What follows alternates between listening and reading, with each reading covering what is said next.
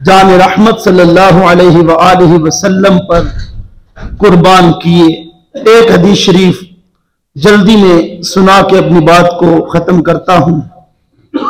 ان محمد ابن حنفیہ، یہ محمد ابن حنفیہ ہیں، یہ حضرت مولا علی کے بیٹے ہیں، حضرت محمد ابن حنفیہ۔ قال قلت لأبی، فرماتے ہیں کہ ایک دن میں نے اپنے ابا جان سے کہا۔ کس سے کہا؟ ابا جان سے کہا۔ ابا جان کون ہے؟ حضرت مولا علی ہے، تاجدار حلعطا ہے، حیدر کرار ہے، حضرت فاطمہ الزہرا کے شوہر نامدار ہے، اور حضرت مولا علی وہ ہستی ہے جن کو میرے محبوب نے کہا علی انت اخی فی الدنیا والآخرہ، علی تو دنیا میں بھی میرا بھائی ہے اور آخرت میں بھی میرا بھائی ہے۔ یہ کسی کو ٹائٹل دنیا میں نہیں ملا جو ٹائٹل مصطفیٰ کریم نے حضرت مولا علی کو عطا فرمایا۔ حضرت محمد ابن حنفیہ کہتے ہیں ایک دن میں نے اپنے ابا جان سے پوچھا ای الناس خیر بعد رسول اللہ صلی اللہ علیہ وسلم، ابا جان یہ تو بتائیے رسول اللہ صلی اللہ علیہ وسلم کے بعد لوگوں میں سب سے افضل کون ہے؟ لوگوں میں سب سے افضل کون ہے؟ آج کی 1400 سال کے بعد لوگ اٹھ کے کہہ رہے ہیں جی حضرت ابو بکر افضل نہیں، اور ان کی افضلیت پہ باتیں کر رہے ہیں۔ سنیے جن کو بڑھا رہے ہیں وہ کیا کہہ رہے ہیں؟ مولا علی کو بڑھاتے ہیں نا، کہتے ہیں جی پہلے حضرت مولا علی ہے۔ حضرت مولا علی سے ان کا بیٹا پوچھتا ہے، محمد ابن حنفیہ پوچھتا ہے ابا جان بتائیں رسول اللہ کے بعد کائنات میں لوگوں میں سب سے افضل کون ہے؟ قالا، حضرت مولا علی نے یہ نہیں کہا کہ میں بات تھوڑی گھما کے کروں، بس اتنی بات حضرت محمد ابن حنفیہ نے پوچھی کون ہے لوگوں میں افضل؟ قالا ابو بکر، فرمایا ابو بکر صدیق مصطفیٰ کریم کے بعد سارے لوگوں میں افضل ہے۔ یہ کس کا فیصلہ ہے؟ یہ ہے ضرب حیدری، کہتے ہیں ضرب حیدری۔ میں نے کہا ضرب حیدری تو تمہارے ہی سر کچل رہی ہے کہ مولا علی کہیں کہ سب سے افضل کون ہے؟ کہا ابو بکر ہے۔ ثم من، حضرت محمد بن حنفیہ نے پھر پوچھا پھر کون؟ قال عمر، فرمایا ان کے بعد عمر ہے۔ دوسرا نمبر کس کا ہے؟ حضرت عمر کا ہے۔ ثم من، فرماتے پھر میں نے پوچھا کہ کون ہے؟ کہا عمر۔ حضرت محمد بن حنفیہ کہنے لگے کہ وخشیت ان یکون عثمان، کہنے لگے مجھے ڈر لگا کہ اگر اب پوچھا تو کہیں گے عثمان ہے، یہ بیٹا کیا ہے؟ حضرت مولا علی کا، کہ جب میں نے پوچھا پہلے کہا عمر ابو بکر، میں نے کہا ثم من، پھر کون؟ فرمایا عمر۔ جب تیسری بار پوچھا، پوچھنے کی خواہش کی، کہتے ہیں میں ڈر گیا کہ اپنا نام پھر بھی نہیں لیں گے، کس کا نام لیں گے؟ عثمان کا۔ فرمایا قلت ثم انت، میں نے وہ لفظ چینج کر دیے کہ افضل کون ہے۔ میں نے اب پوچھا ابا جان اپنے بارے میں بتائیے، تو حضرت مولا علی کیا کہنے لگے؟ قال ما انا الا رجل من المسلمین، کہا میں تو مسلمانوں کے لوگوں میں سے ایک بندہ ہوں۔ اسی طرح کی ایک حدیث یہ بخاری شریف سے میں نے بیان کی، قیامت کے دن حساب و کتاب سے سب سے پہلے کون فارغ ہوگا؟ کہ جب حساب لیا جائے گا سب سے پہلا نمبر کس کا ہوگا جو حساب و کتاب سے فارغ ہوگا؟ فرمایا قالا ابا بکر، کہا سب سے پہلے جس بندے کا رب حساب لے کے اسے جنت میں جانے کا حکم عطا فرمائے گا اس کا نام ابو بکر صدیق ہے۔ ثم من، میں نے پوچھا پھر قال عمر، تو محبوب علیہ السلام نے پھر فرمایا پھر اس کے بعد حضرت عمر کا حساب و کتاب ہوگا، وہ حساب کتاب دے کے فارغ ہوں گے یہاں رک کے ایک بات کہوں، مصطفیٰ کے بعد سب سے افضل کون ہے؟ حضرت ابوبکر صدیق ہیں۔ قیامت کے دن وہ بھی حساب و کتاب دے رہے ہیں۔ پھر ہم کس دلیل پہ آج نیکیاں نہیں کرتے؟ کس دلیل پہ نمازیں چھوڑ رہے ہیں؟ کس دلیل پہ لوگ غلطیوں اور گناہوں کے اندر زندگی گزار رہے ہیں؟ جب نبیوں کے بعد افضل ترین ہستی حضرت ابوبکر صدیق بھی کل قیامت کے دن حساب و کتاب کے لیے کھڑے ہوئے ہیں۔ ثم من، دوسرے نمبر پہ کہا قال عمر ثم من، تو اب حضرت مولا علی رضی اللہ تعالیٰ عنہ نے کہا اس کے بعد میرا نمبر ہے۔ تو پوچھا عثمان کدھر گئے؟ سوال کرنے والے نے کیا کہا؟ حضرت عثمان کا نام آپ نے نہیں لیا۔ تو حضرت مولا علی فرمانے لگے قیامت کے دن جو بندہ بغیر حساب کتاب کے جنت میں داخل ہوگا وہ مصطفیٰ کا داماد حضرت عثمان غنی ذی النورین رضی اللہ تعالیٰ عنہ ہے۔ مصطفیٰ کے سارے صحابہ کی شان وراء الورا ہے۔